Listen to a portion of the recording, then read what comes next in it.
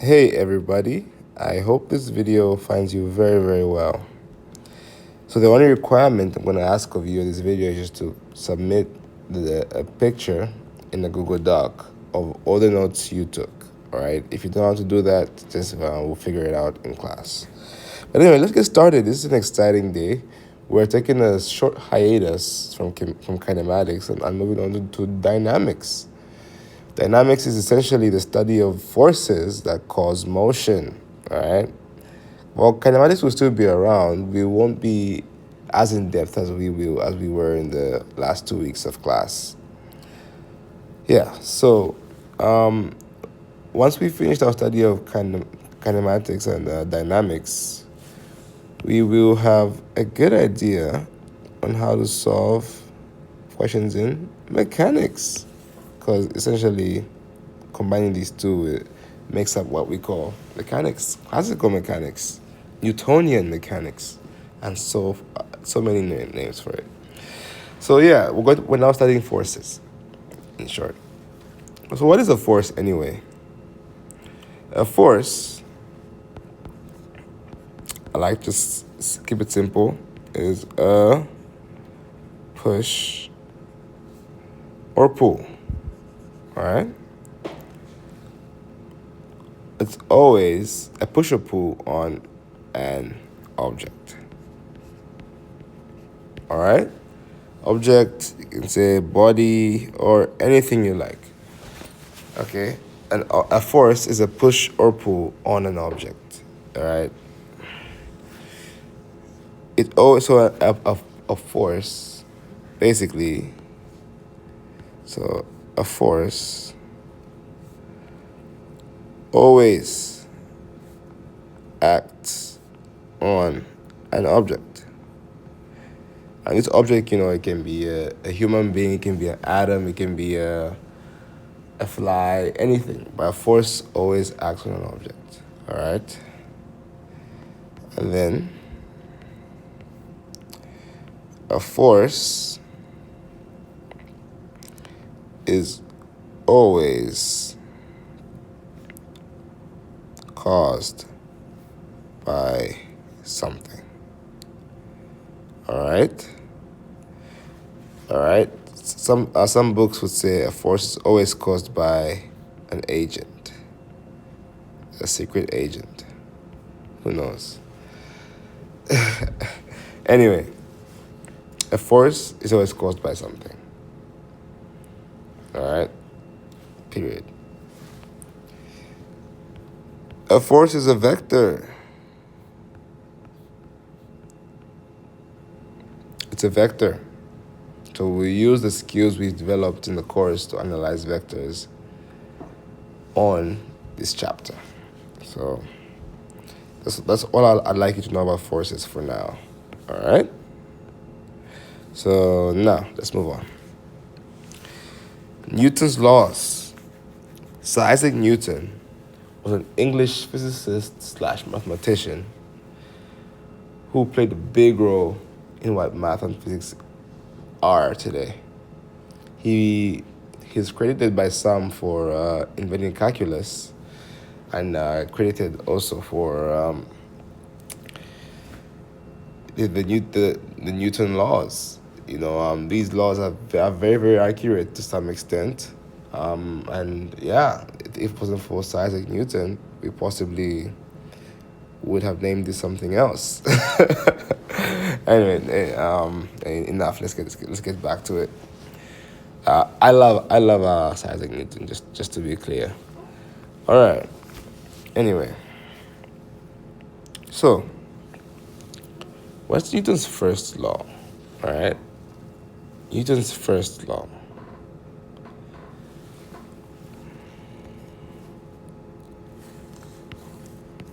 An object in motion stays in motion unless acted on by a force. There's a lot we can gain from this. There's a lot we can gain from this. All right. So I can also, when I'm referring to motion here, I said I'm looking motion, stays in motion. I could say I'm referring to constant velocity. All right. By Newton 1, what Newton 1 is telling me in terms of constant velocity is an object in constant velocity will always stay in constant velocity unless acted on by a force. All right. Let's see. So by this logic, an object in constant velocity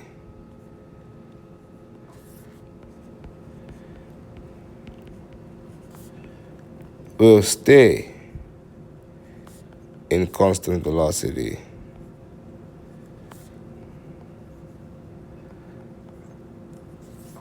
until acted on by a force. All right. This is one other way to write the same law. All right. So, what does constant velocity look like? I just thought I'd bring in our velocity time graphs and just kind of, talk about this. So, if we have our time graphs and I'm moving at constant velocity, what does that look like?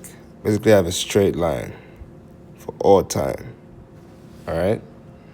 So what Newton's law is telling me is that I will stay, like for example, if I'm moving at 2 meters per second, I will stay in 2 meters per second forever until a force makes me change my velocity. So let's say I'm moving for 2 meters per second, and my velocity changes. I kind of, let's say, I speed up to 4 meters per second. My velocity's changed. What happened there in the slope? What happened? A force was applied. Velocity changed. I hope you're seeing this, guys. I hope you're seeing this. So, what is going on? Here I put a question. What is going on when an object experiences a force? Essentially, what's going on is it changes velocity. But what is the change of velocity with respect to time? Acceleration. Okay? Forces accelerate objects. All right? Forces accelerate objects. This is always true. All right? So Newton, anyway, just some backstory now. Newton 1 is also referred to as the law of inertia. All right? So the law is also referred to as the law of inertia. And you might ask yourself, what's inertia? Well, I'm going to tell you. All right. So, inertia is the ability to resist acceleration. All right? And how is this measured? How is it measured, you might ask? How is it measured? Mass. All right?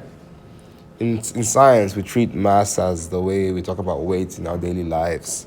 So we could say the larger the mass,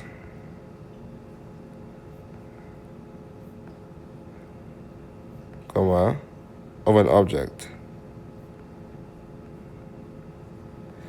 the larger its inertia. It's inertia.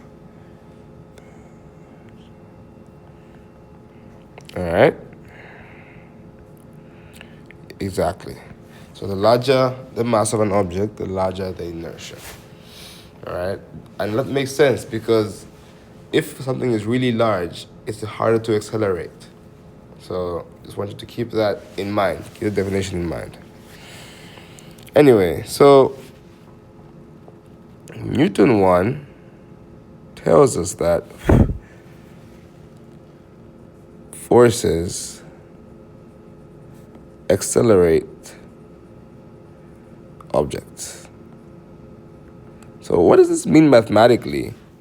Well, I would say if the larger the acceleration, comma, the larger the force, I'd go as far as saying that the force and acceleration are directly proportional. But what do we think about the mass, though? Like, what happens to the acceleration of an object if the mass is large? It slows down.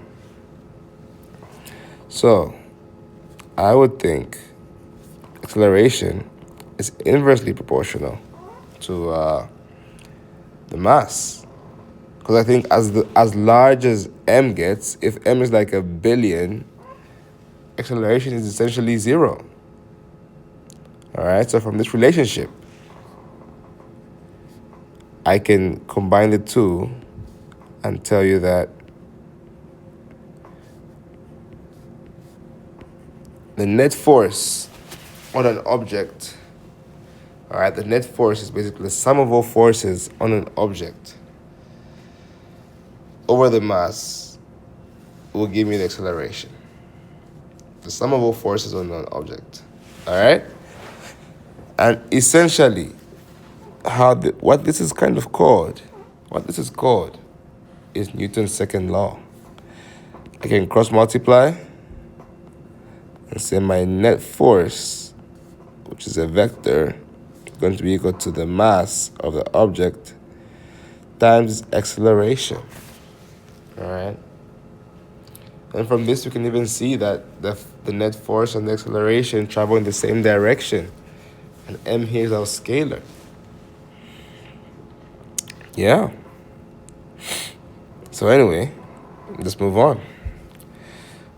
So let's talk about weight. Like I mentioned earlier, weight and mass are very different in the world of science and physics. All right, it's different from real life. So I want to talk about more weight in terms of free fall. All right. You know what free fall is? An object is in free fall when it falls down, when it's dropping, and the only force acting on it is gravity. All right. So I want you to look at this dot here. That dot. All right. Let me erase this. This dot here. This is my object. It's dropping down from a cliff. I have one force acting on it. That one force is gravity, Fg. All right, I'm going to say Fg meaning force of gravity. All right, and Fg, according to Newton's second law, is equal to the mass of the object times acceleration. So Fg in physics has a special word, special letter, a special name. That's what we call the weight. All right, because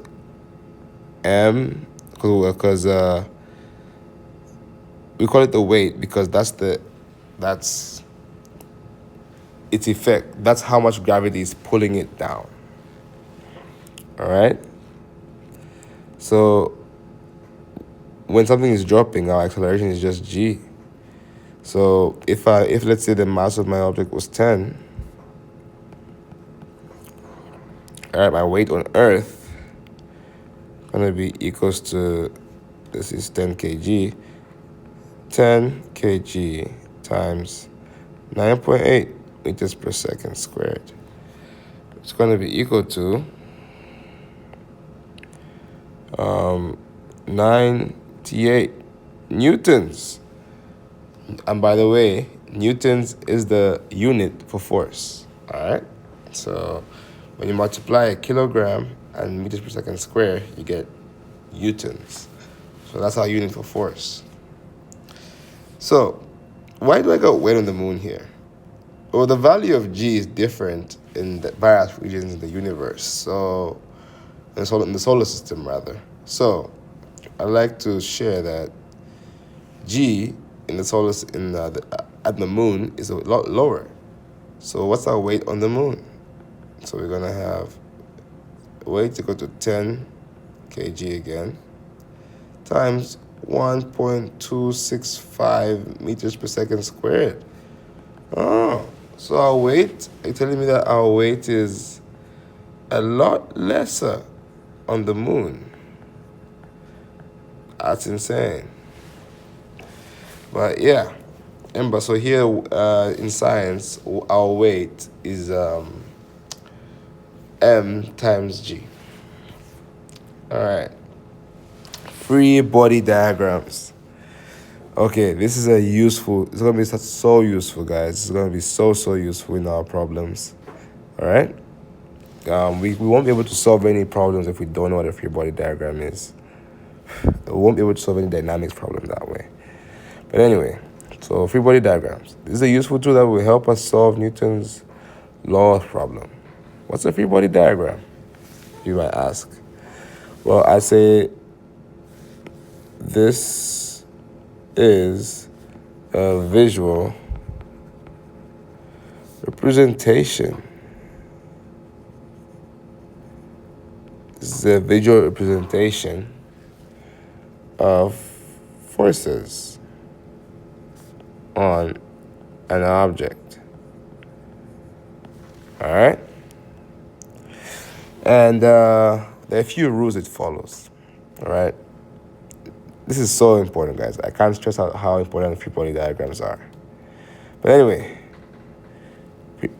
so the first rule, they should never be artistic.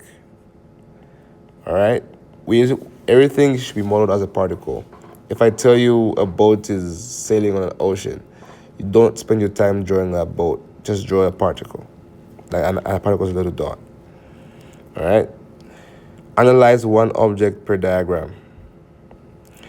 They should always have a coordinate system. All right? A coordinate system. And you got to draw force vectors for I can't even remember what my notes said. All right, let me check my notes. So you gotta draw. Just a minute.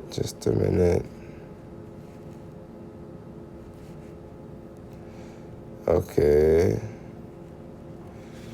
For non-contact and I think I'm a bit sleepy. That's why I'm oopsie. Okay. For non-contacts and contact forces. Okay, I'll explain what these are later. After you've done that, treat the vertical and horizontal directions independent of each other. All right? And let's start with a simple free body diagram. All right? Here, FBD stands for free body diagram. So let's see. I'm trying to model an emperor penguin diving from the cliff into the ocean. What's its weight? Okay, so it's not 51 kg. That's its mass. Its weight is in newtons. So to draw my penguin, just a dot. It's just a dot. I'm not spending time trying to draw a penguin. So I have drawn my object of interest, my penguin. All right? I should have a coordinate system. I should know which way is up and which way is down. So it's my positive y, it's my positive x. So my positive y is pointing up, my positive x pointing to the right. All right. So now I should draw forces for contact and non-contact forces. So a contact force is basically a force that acts on an object by touching it. All right? That's a contact force. And a non-contact force is basically a force that doesn't have to touch you to act on you. We're gonna only deal with one non-contact force, and that's the force of gravity thus far. All right, that's the only one we're gonna deal with. Everything else is a contact force. But here I see my penguin is not touching any forces. Sorry, not touching any objects. So I can immediately assume that it's not undergoing any contact. I only have one force on this penguin, and that's my weight. Not my weight, the weight. All right? I remember, do you remember what our weight was? Our weight, so we only have stuff in the y direction. There's nothing in the x direction. So our weight's going to be mg. All right? I was thinking it's m minus g, but we'll look at the scalar version. We want to know the scalar value. So if the mass is going to be, so if scalar value means we get the absolute value.